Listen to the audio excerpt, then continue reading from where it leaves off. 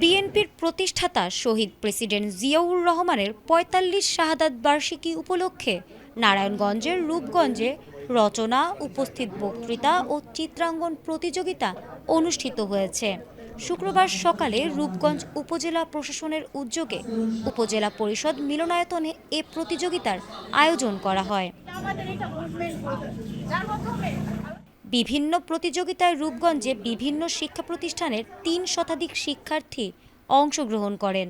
প্রতিযোগিতার পর বিজয়ী শিক্ষার্থীদের মাঝে পুরস্কার প্রদান করেন নারায়ণগঞ্জ ১ রূপগঞ্জ আসনের সংসদ সদস্য মুস্তাফিজুর রহমান ভূঁইয়া দীপু ও উপজেলা নির্বাহী অফিসার সাইফুল ইসলাম জয়। অনুষ্ঠানে প্রধান অতিথির বক্তব্যে সংসদ সদস্য মুস্তাফিজুর রহমান ভূঁইয়া দীপু বলেন, বাংলাদেশে যদি কেউ দেশপ্রেমিক থাকে তবে তিনি জিয়াউর রহমান। ১৯৭১ সালে কালুরঘাট বেতার কেন্দ্র থেকে স্বাধীনতার ঘোষণার কারণে আজ আমরা স্বাধীন দেশে বসবাস করছি। তিনি সবসময় দেশে উন্নয়নে ও এদেশের শিক্ষার্থীদের মেধা বিকাশের লক্ষ্যে সর্বদা কাজ করে গেছেন।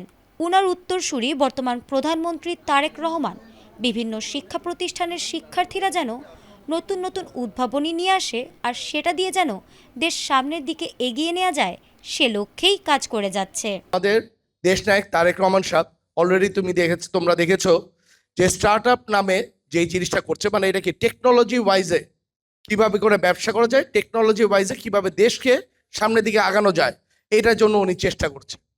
এটার জন্য তোমাদের আজকে এই প্রোগ্রামটা, এই স্টার্টআপের মাধ্যমে তোমাদেরকে বিভিন্ন ফেসিলিটিস দিবে।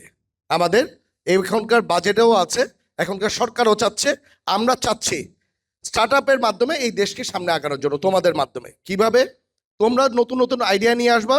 তোমাদের যদি ব্যাংক ফেসিলিটিস লাগে, সরকারের যে কোনো ফেসিলিটিস লাগে, সব কিছু আমরা দিতে প্রস্তুত। আমাদের শহীদ রাষ্ট্রপতি জিয়াউর রহমান সাহেবের কথা যদি বলি, আজকে বাংলাদেশের কেউ যদি দেশপ্রেমিক হয়ে থাকে, দেশপ্রেমের মাধ্যমে এই দেশকে সামনে আগানোর জন্য যে ভূমিকা রেখেছে, এটা বাংলাদেশের শহীদ রাষ্ট্রপতি জিয়াউর রহমান সাহেব রেখেছে। যুদ্ধ, তোমরা ৭১-এর যুদ্ধের কথা শুনেছো। ৭১-এর যুদ্ধে উনি যদি তখন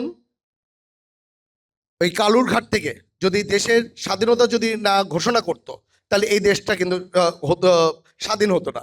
ওনার এই সাহস ছিল, এই দেশের জন্য ওনার এই মায়াটা থাকাতে কিন্তু উনি আজকে ওইখান থেকে গিয়ে এই ডিক্লারেশনটা দিয়েছে। আমরা আশা করব ওনার সততা যেভাবে করে দেখিয়ে দিয়েছে আমাদেরকে সামনে আগানোর জন্য, দেশকে কিভাবে করে ভালোবাসতে হয় এটা উনি দেখিয়ে দিয়েছে। আমরা ওনার প্রেরণায়, ওনার দেখানোর পথে ইনশাল্লাহ ওইভাবে করে চলে আমরা দেশকে ভালোবাসবো।